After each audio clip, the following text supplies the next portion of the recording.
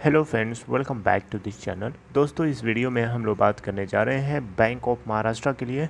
लेकिन अपनी कन्वर्सेशन को शुरू करें उससे पहले आपसे दो रिक्वेस्ट करना चाहूँगा। पहले रिक्वेस्ट कि अगर आप इस चैनल को फर्स्ट टाइम देख रहे हैं तो सब्सक्राइब करके बेल आइकन को हिट कर लीजिए ताकि आपको सारी वीडियोज़ की नोटिफिकेशन मिलती रहे।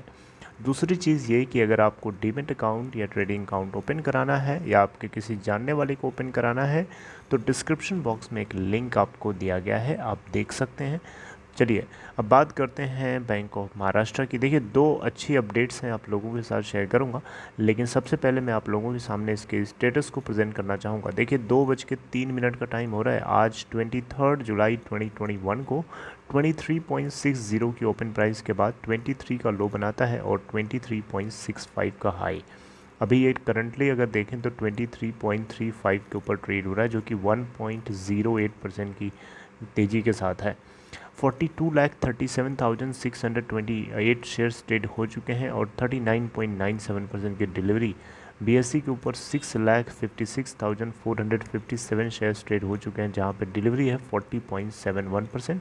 मार्केट कैप है इस बैंक की 15,749.36 करोड़ रुपए और इसका 52 वीक लो है 10.11 का और हाई है 31.95 का। दोस्तों, पहली अपडेट ये है दोस्तों कि Q1 के नतीजे इस बैंक के रिलीज़ कर दिए गए हैं। बैंक ऑफ महाराष्ट्र के कंसोलिडेटेड बेसिस पे अगर हम देखें तो नेट इंटरेस्ट इनकम के अंदर 29.24% की जंप हमें देखने को मिली है ईयर ऑन ईयर बेसिस पे।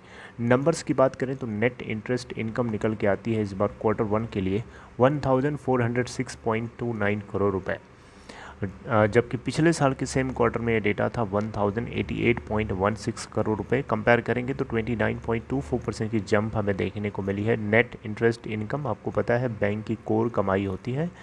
क्वार्टरली नेट प्रॉफिट की बात करें यानी बॉटम लाइन की बात करें तो इस बार बैंक को रिकॉर्ड तोड़ प्रॉफिट हुआ है। 103.47% की जंप हमें देखने को मिली है बॉटम लाइन के अंदर यानी प्रॉफिट के अंदर।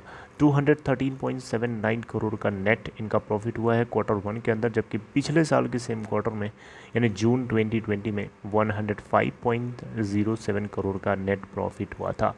ऑपरेटिंग प्रॉफिट की बात करें तो 1110.33 करोड़ रुपए निकल के आता है Q1 के लिए, जबकि पिछले साल के सेम क्वार्टर में 710.36 करोड़ का ऑपरेटिंग प्रॉफिट हुआ था। कंपेयर करें तो 56.31% की जंप हमें यहाँ पे भी देखने को मिली है। ईपीएस की बात करें यानी अर्निंग पर शेयर की बात करें तो बैंक ऑफ महाराष्ट्र के लिए इस बार 0.33 रुपीज़ पर शेयर निकल के आता है, जो कि आप देख सकते हैं पिछले साल के सेम क्वार्टर में यानी जून 2020 में 0.18 रुपीज़ था।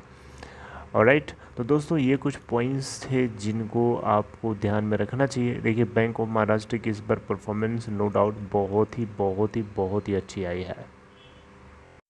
एसेट क्वालिटी की बात कर लेते हैं। देखिए, एसेट क्वालिटी में ग्रॉस नॉन परफॉर्मिंग एसेट्स और नेट नॉन परफॉर्मिंग एसेट्स दोनों देखा जाता है, दोनों हम देखेंगे।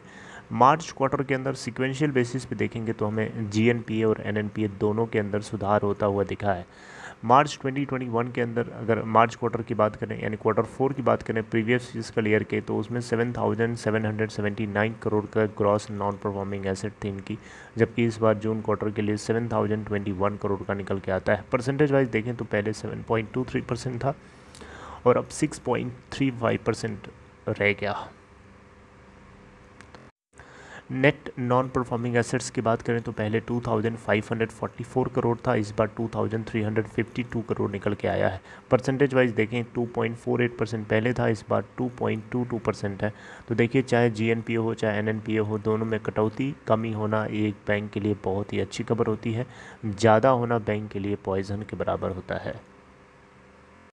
अब बात करते हैं अपडेट नंबर 2। दोस्तों, अपडेट नंबर 2 ये है कि मारुति सुजुकी, जो कि आपको पता है दिग्गज कार मेकर है देश का, तो मारुति सुजुकी इंडिया लिमिटेड ने बैंक ऑफ महाराष्ट्र के साथ हाथ मिला लिया है, टाई अप कर लिया है इन्वेंट्री फाइनेंसिंग पर्पस के लिए। जी हाँ, मारुति सुजुकी इंडिया लिमिटेड अपने डीलर पार्टनर्स के लिए इन्वेंट्री फाइनेंसिंग के पर्पस से बैंक ऑफ महाराष्ट्र से एक साइन कर लिया है और कहीं न कहीं बैंक ऑफ महाराष्ट्र भी अपने डिजिटल प्लेटफॉर्म को प्रॉपरली यूज़ करके लिवरेज करने में काफ़ी मदद मिलेगी और मारुति सुजुकी इंडिया लिमिटेड को भी अपने देश के अलग अलग कोने में अलग अलग कोने में जो डीलर्स हैं, इसके डीलर्स हैं, बेसिकली डीलर्स नहीं, डीलर्स हैं, उन सभी को इन्वेंट्री फाइनेंसिंग का बेनिफिट मिलने वाला है।